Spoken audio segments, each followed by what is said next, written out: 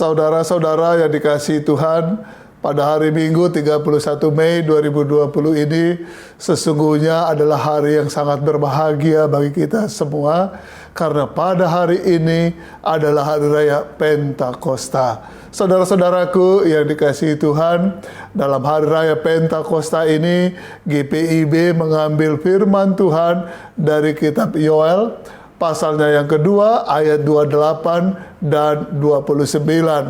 Di dalam pasal itu diceritakan kepada kita semua bahwa Nabi Yoel memberitahukan bahwa Tuhan akan mencurahkan rohnya kepada umat pilihannya. Dan pencurahan itu akan memberikan karunia-karunia khusus kepada orang-orang Israel. Mereka dapat bernubuat, mereka mendapatkan mimpi, mereka mendapatkan penglihatan-penglihatan, dan sebagainya. Saudara-saudara yang dikasihi Tuhan, hari Tuhan atau Yom Yahweh, hari di mana Allah akan mencurahkan rohnya bagi umat pilihannya, ternyata di zaman perjanjian baru diperingati ketika bangsa Israel juga sedang merayakan hari Pentakosta. Saudara-saudaraku yang dikasihi Tuhan, hari raya Pentakosta Yahudi adalah hari raya memperingati turunnya hukum Taurat melalui Musa kepada bangsa Israel. Turunnya hukum Taurat melalui Musa untuk bangsa Israel.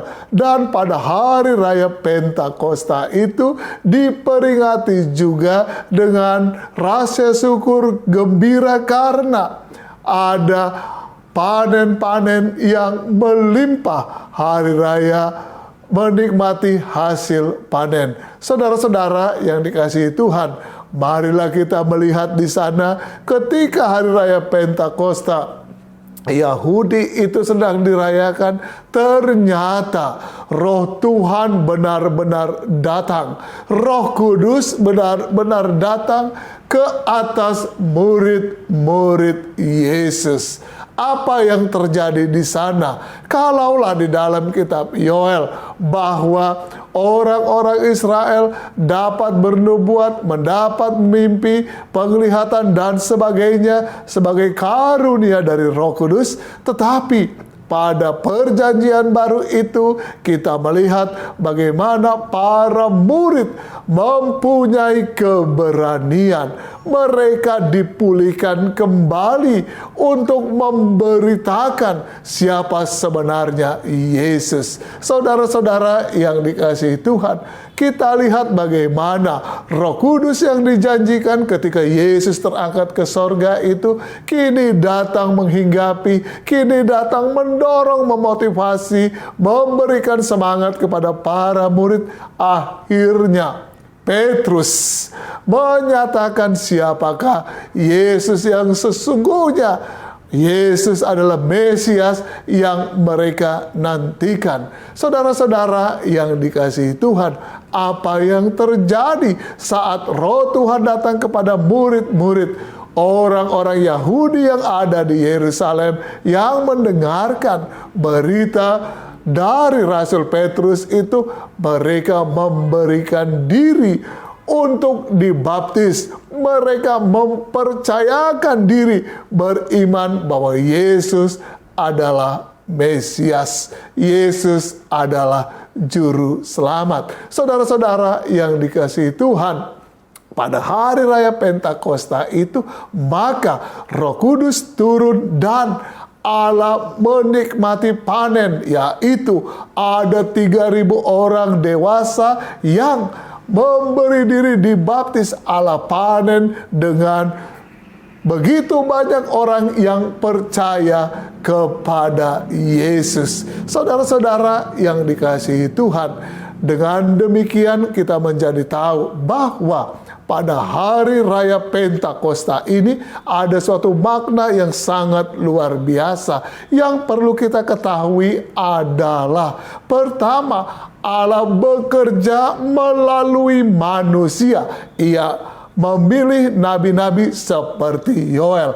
Ia memilih para rasul juga. Itu yang dilakukan oleh Yesus. Allah bekerja melalui manusia. Ketika Yesus datang, Allah bekerja bersama-sama dengan manusia. Manusia bisa melihat Allah dalam diri Yesus. Sedangkan pada hari raya Pentakosta itu, Allah bekerja di dalam diri manusia, di dalam diri para rasul. Apa yang terjadi? Para rasul yang tadinya takut, kini sangat berani memberitakan bahwa Yesus adalah Tuhan dan Juru Selamat, Mesias. Yang terjadi benar-benar orang menjadi percaya, 3.000 orang, luar biasa. Disitulah terjadi suatu umat yang baru yang kita sebut dengan gereja. Bapak, Ibu, saudara-saudara yang dikasihi Tuhan, sudah sekian ribu tahun lamanya kita mengingat rayakan hari Pentakosta itu, di mana lewat Roh Kudus Allah bekerja di dalam diri kita. Nah, mari kita menghayati dengan sungguh, kalau Allah bekerja di dalam diri kita lewat Roh Kudus, lewat diri kita, apakah yang kita katakan, apakah yang kita lakukan benar-benar memuliakan Tuhan atau menyakiti hati Tuhan? Saudara-saudara yang dikasihi Tuhan, boleh saja kita mengklaim bahwa kita bekerja karena Tuhan ada bersama dengan kita.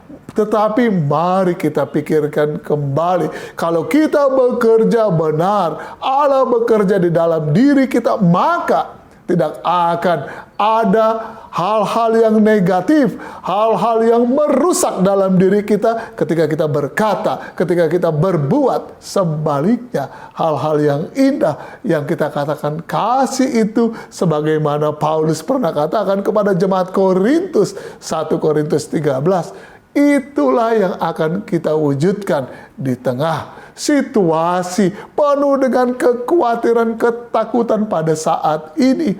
Mari kita melihat diri kita, apakah benar kita bekerja untuk kemuliaan Tuhan? Apakah benar Roh Tuhan bekerja dalam diri kita? Jangan-jangan roh kita sendiri yang bekerja untuk kepentingan kita, belum tentu untuk kemuliaan Tuhan. Roh Kudus bekerja memulihkan diri kita. Inilah dia yang menjadi catatan penting firman Tuhan untuk kita semua umat GPIB 31 Mei 2020 ini, di saat kita mengingat rayakan Hari Raya Pentakosta. Allah pernah bekerja melalui manusia, Allah pernah bekerja bersama-sama manusia, tapi kini Allah bekerja di dalam diri manusia. Mari kita koreksi diri kita, apa benar Allah bekerja di dalam diri kita. Apabila yang kita lakukan, apabila yang kita katakan selalu dan seringkali menyakiti hati sesama. Saudara-saudara yang dikasihi Tuhan, Roh Kudus memulihkan, membakar segala yang negatif dalam diri kita, memurnikan kasih kita yang sesungguhnya. Karena itu, mari kita memurnikan diri kita dengan Roh Kudus itu, sehingga apa yang kita katakan, apa yang kita pikirkan, apa yang kita lakukan benar-benar datang dari Tuhan yang memberikan kebaikan kepada sesama dan sungguh-sungguh membawa damai sejahtera. Semoga kita dapat memahami Hari Raya Pentakosta ini, turunnya Roh Kudus, Tuhan yang ketiga, Trinitas itu boleh menjadi lengkap dalam kehidupan kita. Allah memberkati, menyertai kita dari sekarang sampai selama-lamanya. Amin.